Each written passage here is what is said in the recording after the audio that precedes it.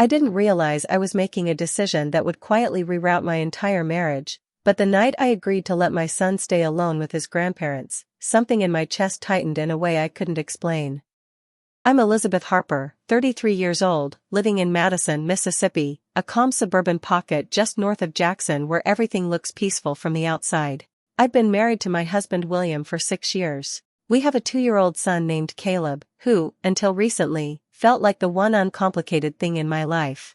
William's parents, Thomas and Margaret, have always hovered somewhere between loving and overwhelming. At first, I thought it was just a cultural thing, Southern politeness layered over quiet judgment, smiles that stayed just a second too long, questions that sounded harmless until you replayed them later. From the moment William and I got engaged, I felt like I was being evaluated. Margaret cried when William told her. Not celebratory tears. Not anger either. Just this tight, emotional reaction she followed up with, I just want to be sure my son is happy. I remember thinking that was normal. Moms get emotional. But the feeling never went away. After Caleb was born, that low hum of discomfort sharpened. Margaret loved him fiercely, intensely, almost possessively. She wanted to be involved in everything, doctor appointments, feeding schedules, sleep routines. She'd phrase suggestions like questions. Are you sure that's what the pediatrician said? That's interesting. William never cried like that. Then came the comments. Not accusations, never direct. Just observations. She'd hold Caleb up to the light and say things like, his hair's lighter than I expected. Or, that chin doesn't really run in our family. Once, while we were all sitting in their living room, she laughed and said, genetics can surprise you sometimes. You just never really know. William would squeeze my knee and tell me later that his mom just had anxiety. That she didn't mean anything by it. That she loved me. So I swallowed it. I didn't want to be dramatic. I didn't want to be the daughter-in-law who read malice into everything. I told myself once Caleb got older, once he started looking more like William, once Margaret relaxed, things would even out. They didn't. Margaret became more persistent about babysitting. At first it was short stretches, then full afternoons, then evenings. She framed it as bonding, as family tradition, as something I should be grateful for. William thought it was generous. He grew up close to his parents. He liked the idea of Caleb having that same connection. I liked boundaries. When our friends Lauren and Michael invited us to their wedding in Savannah, Georgia, William was thrilled. A full weekend away. No diaper bags. No bedtime routines. Just us. I hesitated. Caleb had never spent the night anywhere without us. Not with my parents. Not with friends. But William pointed out that his parents lived 20 minutes away. That they'd raised him just fine. That they were practically begging for uninterrupted time with their grandson. Margaret was ecstatic when we asked. She said it would be special. She said she'd been waiting for this. She said she already had plans. That should have been my first warning. The wedding weekend itself was fine, beautiful, even. I almost relaxed into it. I laughed. I drank wine without checking my phone every 10 minutes. For a moment, I convinced myself I'd been overthinking everything. When we picked Caleb up Sunday night, he was happy, clean. Federal Margaret had taken dozens of photos. She hugged him longer than usual before handing him back, like she needed one more second. She cried. She said, I forgot how much I missed this. Something about the way she said it stuck with me, but I didn't say anything. I didn't want to ruin the moment. I didn't want to invent problems. 3 days later, William got the call. I was making dinner when his phone rang. He glanced at the screen and answered casually, putting it on speaker without thinking. It was Thomas. He said, can you and Elizabeth come by tonight? We need to talk about something important. No explanation, no urgency in his voice. Just finality. William asked if everything was okay. Thomas said, we'd rather explain it in person. When the call ended, William tried to laugh it off. He said his parents probably wanted to talk about Caleb's routine, or something they'd noticed over the weekend. I didn't laugh. We drove over just after sunset. The house looked the same as always. Lights on. Curtains drawn. Margaret was already sitting at the kitchen table when we walked in. Her eyes were red. Thomas stood near the counter, pacing like he couldn't settle. They didn't offer us drinks. They didn't ask about Savannah. They asked us to sit down. And in that moment, before a single word was said, I knew, deep in my chest, that whatever they were about to tell us had already crossed a line that couldn't be uncrossed. We sat at the kitchen table like children who'd been called in for discipline, even though we were grown adults with our own home, our own child, our own life outside those walls. Margaret folded her hands in front of her, knuckles white. Thomas leaned against the counter, arms crossed, staring at the floor like it might tell him what to do next. The silence stretched too long. William finally cleared his throat and asked what was going on. Margaret inhaled sharply, like she'd been holding her breath for days. She didn't look at me when she started talking. She stared at the table. She said there was something they needed to tell us. Something difficult, something they'd been struggling with for a while. My stomach tightened. She said during Caleb's visit, they'd done something they weren't sure how to explain without upsetting us. I remember thinking maybe they'd fed him something they shouldn't have. Or taken him somewhere without asking. Something normal. Something forgivable. Then she said the word DNA. At first, I genuinely thought I'd misheard her. She said it slowly, like she was explaining something delicate. She said they'd used one of those mail-in kits. The kind you send off and get results back in a few weeks. She said they tested Caleb.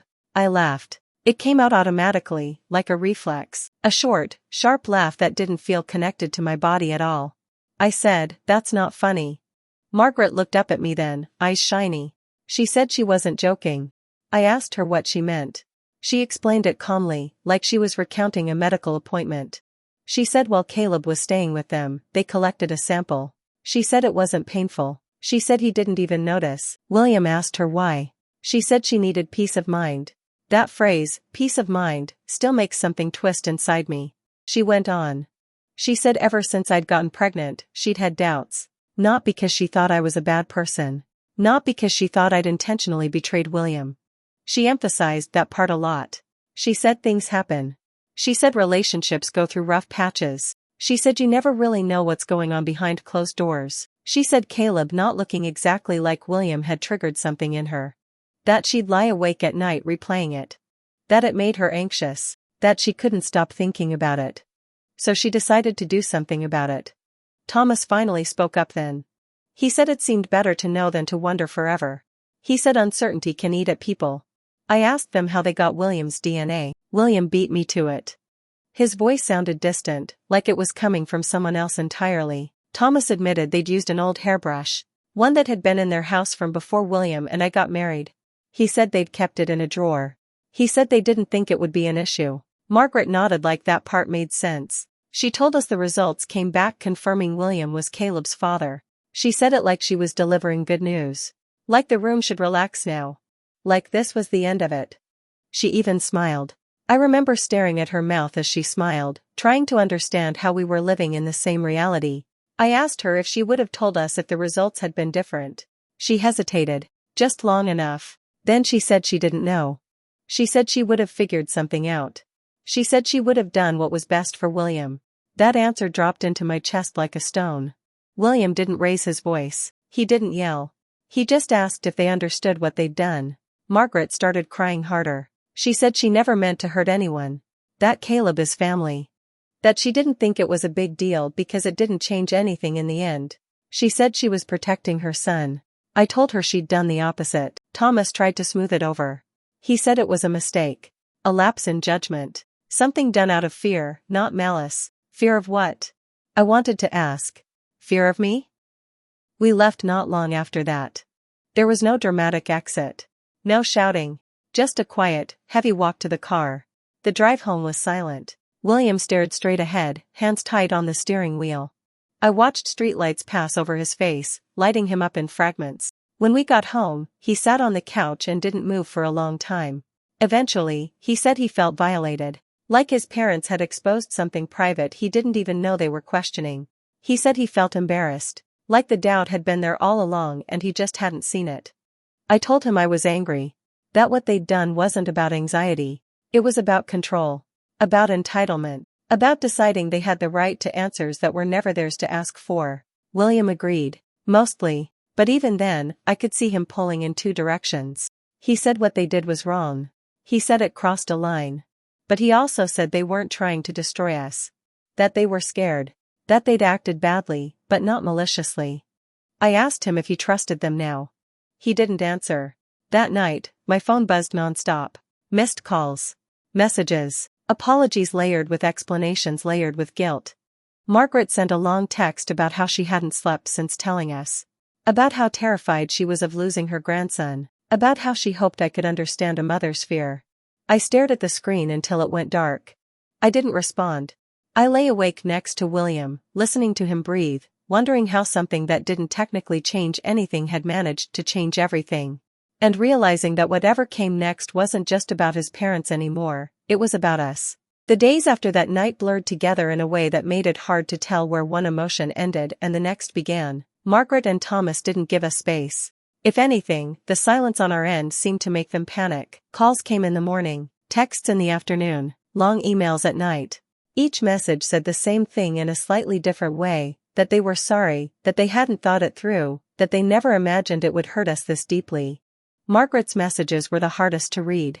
She wrote about losing sleep.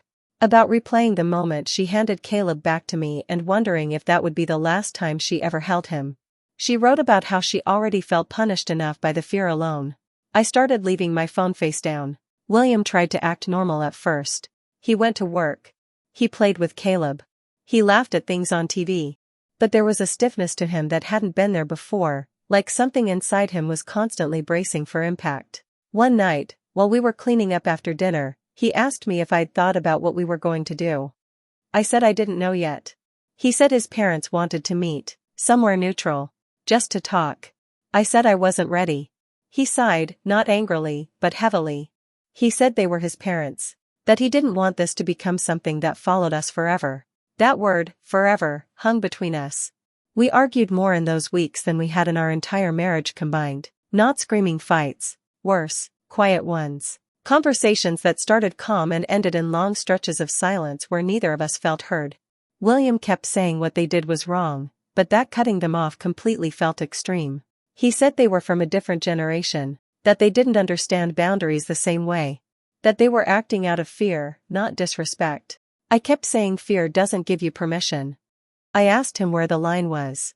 If they could justify this, what else could they justify later? Medical decisions? School choices? Testing Caleb again when he was older? William didn't have answers, just feelings. At some point, he suggested supervised visits, short ones, with us present. He framed it like a compromise. To me, it felt like giving in. I told him I didn't feel safe leaving Caleb alone with them anymore. Not physically, emotionally.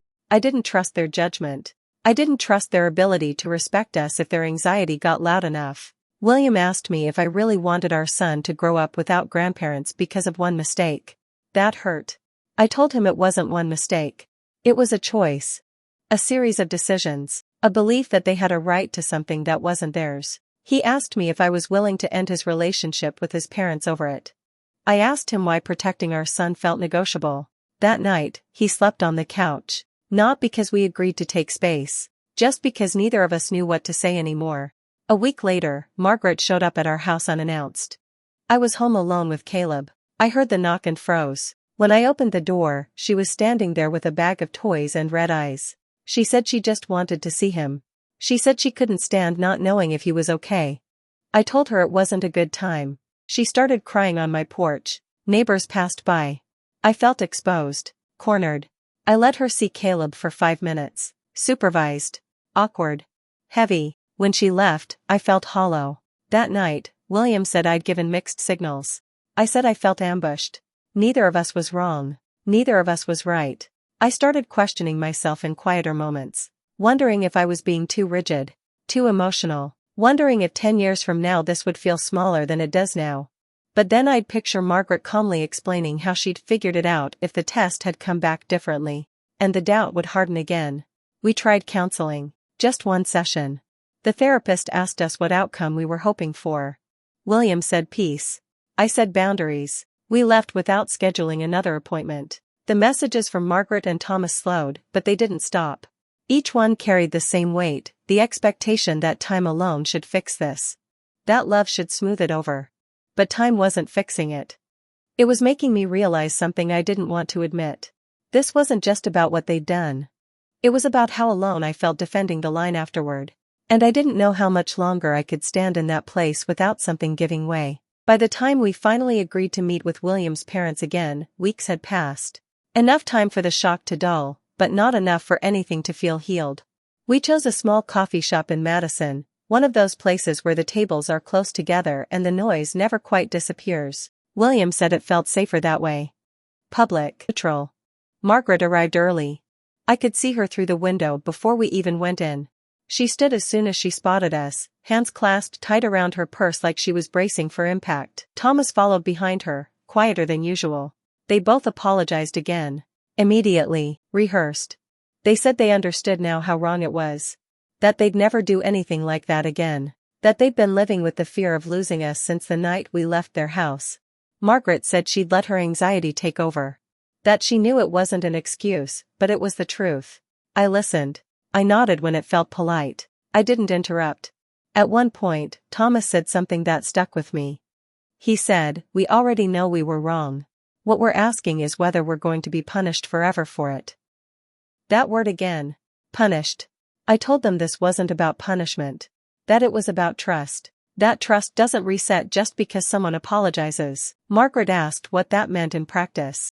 I told her I didn't know yet. William suggested supervised visits. Short ones. At our house. For now. Margaret nodded quickly. Too quickly. She said she'd take whatever we were willing to give. That she just needed to see Caleb. When we left the coffee shop, nothing felt resolved. It just felt paused. We tried the supervised visits. They were stiff at first. Margaret hovered too close. Thomas watched me more than he watched Caleb. I felt like I was constantly assessing, constantly guarding, even though nothing overtly wrong was happening. William said things felt better to him. That his parents were trying. That time would help. I wanted to believe that. But something fundamental had shifted inside me. I couldn't unsee the moment Margaret decided her fear mattered more than my autonomy as a mother. I couldn't forget the way she'd talked about figuring it out if the results had been different. That thought sat with me in quiet moments. Late nights. Early mornings. It followed me through normal days. William and I stopped fighting as much, but that didn't mean we were okay. It just meant we'd learned where the landmines were. Sometimes he'd look at me like he was waiting for me to soften. To say it was fine now. That we could go back to how things were. Sometimes I wondered if he resented me for not getting there faster. I wondered if he felt caught between protecting his parents and protecting his family, and whether, eventually, he'd decide one mattered more than the other. Nothing dramatic happened after that. No big blow-ups. No clear decision. Just a slow settling into something new. Something careful, something heavier than before. Caleb doesn't know any of this. He laughs when his grandparents visit. He reaches for them without hesitation. He trusts easily. I watch him when they're together and feel two things at once, relief and fear. Relief that he's loved. Fear of what that love might justify if left unchecked. I don't know if this is something we'll move past or something we'll carry quietly for the rest of our lives. I don't know if holding the line now is protecting my son, or planting the seeds of a different kind of distance later. All I know is that once a boundary is crossed this way, it doesn't disappear just because everyone wishes it would. So I'm standing where I am, unsure if I'm being too rigid or not rigid enough, wondering whether time will prove me right, or leave me regretting everything. And I honestly don't know which outcome scares me more.